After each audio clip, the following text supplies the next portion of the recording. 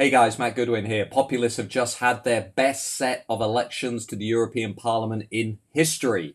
In France, Germany, Austria, the Netherlands, Sweden, Italy, and elsewhere, we've seen national populist parties really doing quite well, often better than some of the older established mainstream parties. And I think what's really interesting too is the likes of Marine Le Pen in France,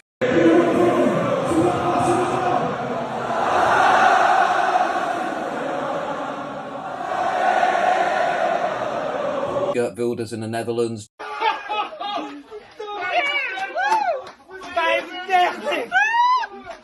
Giorgia Meloni in Italy.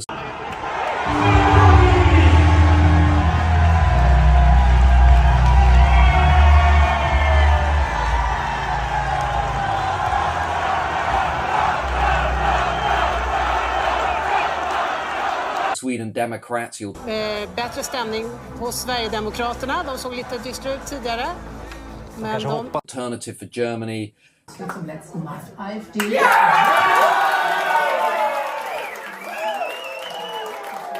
They've often done well among younger voters, particularly younger voters that might not have gone to university, might be working class, might be very disillusioned with the direction of Brussels and the European Union. So what is driving national populist parties forward? I think there are four things. The first is a palpable sense of distrust.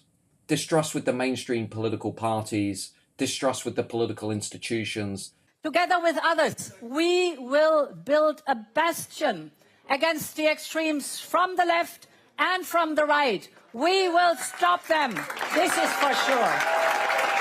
Which, to be frank, have been built around the interests of a graduate urban minority. If you look at Western democracies today, some academics call them diploma democracies because they're really dominated by a minority university-educated elite that's been shaping those systems around their values, around their interests, around their priorities, around their tastes, around their political beliefs at the expense of everybody else. And this isn't just about politics. I think many voters out there, maybe the people watching this video, can sense that some of the other institutions as well maybe shouldn't be trusted so much. They're looking at schools, universities, the public institutions, and they're saying, actually, are these public institutions neutral and objective, or are they trying to promote political dogma? Are they becoming highly politicized?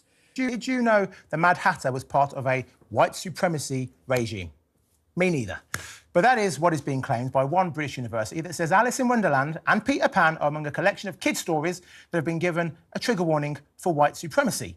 And I think that's really a big part of what's going on, because if you look at the experts and elites today, they've often presided over a long line of failures. Think about the great financial crash, the failure to regulate financial services. Think about the forever wars in Afghanistan, Iraq, Syria, and elsewhere. A long line of foreign policy disasters. Think about mass migration, the failure to secure the borders, the failure to curb radical Islamist terrorism, the failure to integrate newcomers into our wider societies. Shutting the borders in the 21st century of the internet era is an illusion.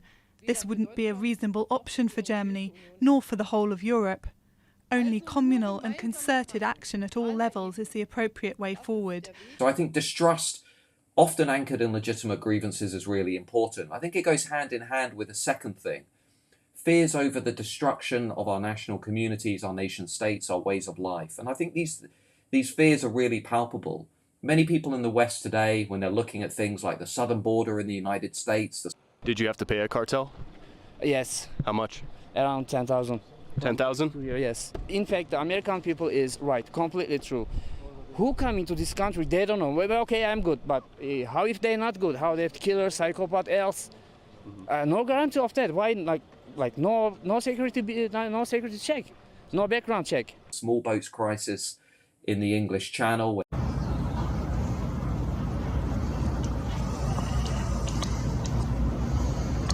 And they're looking at what's happening to Italy with migration from Northern Africa.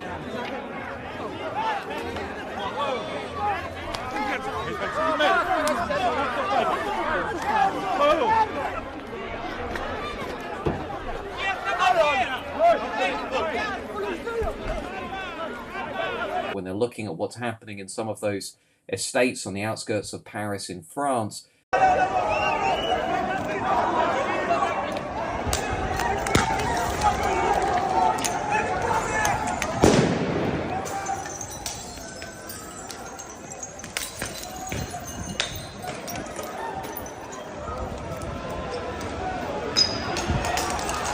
they're asking themselves, actually, not just can we absorb record levels of migration, can we absorb the refugee crisis, but actually, is this now beginning to threaten our national way of life, our community, our collective memory, the things that make us who we really are? And those fears over destruction, those fears over the end of civilization, I think are really palpable. I've talked before on this channel about how I think Western nations are approaching a civilizational moment, a time when people really begin to worry about whether the things that make us a we are still actually there in society, and whether our leaders are willing to defend and promote those things going forward. So those parallel fears over destruction are really important too. And the third set of concerns, I think, relates to this notion of what academics call relative deprivation. I'm not worried that I'm being left behind. I'm actually worried about how my group is being left behind relative to others in society. And for many people in the West today, they're looking at how immigrants are treated, minority groups are treated, how they're often seen to be morally superior, virtuous, are seen to be really above the majority group in Western nations. Particularly the majority white group that's seen as being suspicious is now described as an oppressor class that's allegedly being racist and discriminatory towards minority groups in Western societies. And I think this is really a big part of what's going on too, that many people can feel that relative to other groups in society, their group is being looked past, or it's being left behind, or in some cases, they're actually being treated like second-class citizens. And you can see this, for example, in our model of multiculturalism, where often today's elite will say minority groups can celebrate, can promote, can protect their distinctive identities, their ways of life and their culture.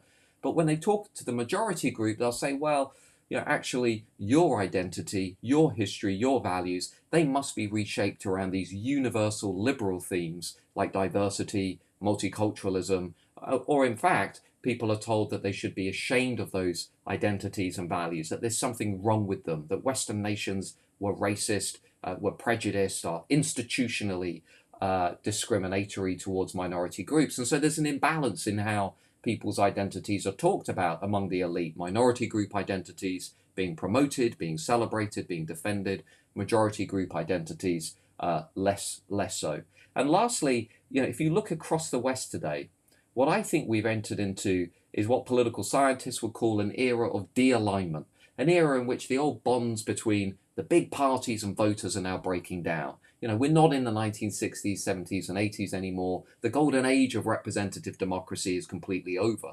So what we have instead is a much more volatile political environment where new parties are coming and going very rapidly. Voters are looking at politics a bit like a consumer in a supermarket. They don't have those tribal allegiances anymore. My father voted Labour, his father voted Labour.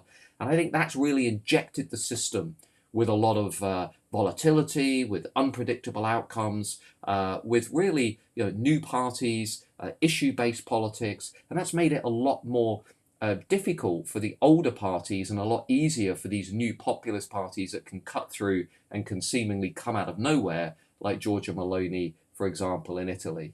It's a message that comes to us from Italians. Go ahead, go ahead.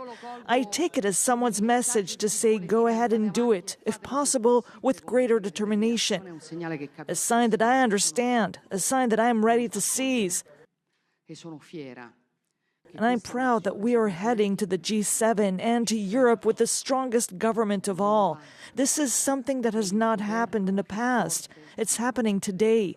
And so this is what I think is going on. You've got these fears over distrust, these fears over destruction, these fears over deprivation, and this new era of de-alignment that's really created a perfect storm for national populist parties, for parties that ultimately want to prioritize the interests, the culture, and the values of the majority group against an elite they argue is neglectful, insular, and self-serving. And until we actually begin to address those deeper concerns, and until we begin to really solve the grievances that many voters have, entirely legitimate grievances over mass migration, insecure borders, Islamist terrorism, these populist parties, they're only going to get stronger and stronger.